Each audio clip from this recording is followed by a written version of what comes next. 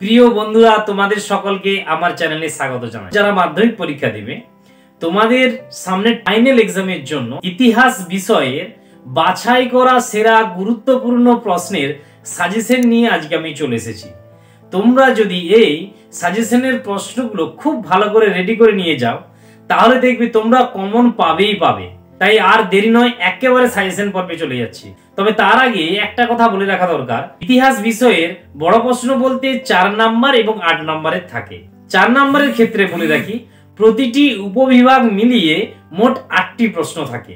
তোমাদেরকে এই 8টি প্রশ্নের মধ্যে 6টি প্রশ্ন করতে হবে, অর্থাৎ মোট 24 নাম্বার। অপরদিকে 8 নম্বরের ক্ষেত্রে মোট 3টি প্রশ্ন থাকে। তোমাদেরকে করতে হবে এই 3টির মধ্যে যে কোনো একটি, অর্থাৎ মোট 8 নাম্বার। আশা করি তোমরা বিষয়টা বুঝতে পেরেছো।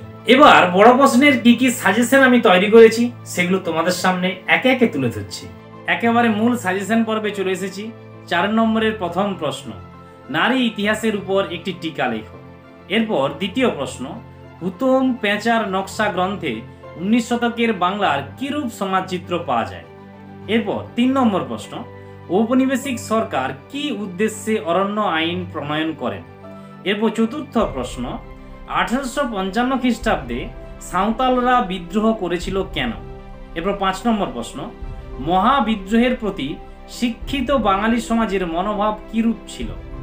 এরপর 6 নম্বর প্রশ্ন, হিন্দু মেলার প্রতিষ্ঠার উদ্দেশ্য কি ছিল, অথবা জাতীয়তাবাদ প্রসারে হিন্দু মেলার ভূমিকা বিশ্লেষণ করো। হিন্দু মেলা থেকে কিন্তু এই দুটি প্রশ্ন কিন্তু আসে, তাই এই দুটি প্রশ্নকে আমি অথবা আকারে রেখেছি।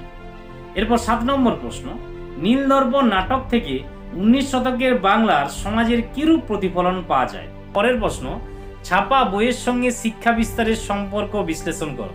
পরের প্রশ্ন অর্থাৎ 9 নম্বর, বাংলার মুদ্রণ শিল্পের বিকাশে গঙ্গা কিশোর ভট্টাচার্যের কিরূপ অবদান ছিল। 10 নম্বর প্রশ্ন, কারিগরি শিক্ষার বিকাশে বেঙ্গল টেকনিক্যাল ইনস্টিটিউটের কি ভূমিকা ছিল। এরপর 11 নম্বর প্রশ্ন, একা আন্দোলন সম্পর্কে লেখো। এরপর 12 নম্বর প্রশ্ন, দলিত আন্দোলন বিষয়ে গান্ধী আম্বেদকর বিতর্ক নিয়ে একটি টিকা লেখো।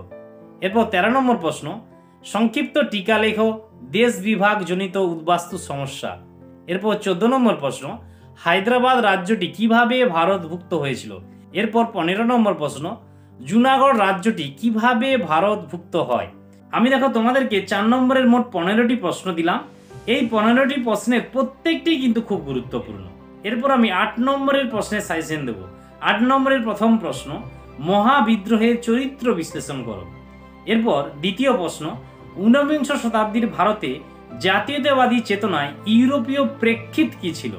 এরপর তৃতীয় প্রশ্ন, বিংশ শতাব্দীর ভারতে উপনিবেশ বিরোধী আন্দোলনে বামপন্থীদের ভূমিকা বিশ্লেষণ করো। এরপর চতুর্থ প্রশ্ন, সশস্ত্র বিপ্লবী আন্দোলনে নারীদের ভূমিকা বিশ্লেষণ করো। এরপর 5 নম্বর অর্থাৎ লাস্ট প্রশ্ন, বঙ্গভঙ্গ বিরোধী আন্দোলনে নারী সমাজ কিভাবে অংশগ্রহণ করেছিল, তাদের আন্দোলনের সীমাবদ্ধতা কি।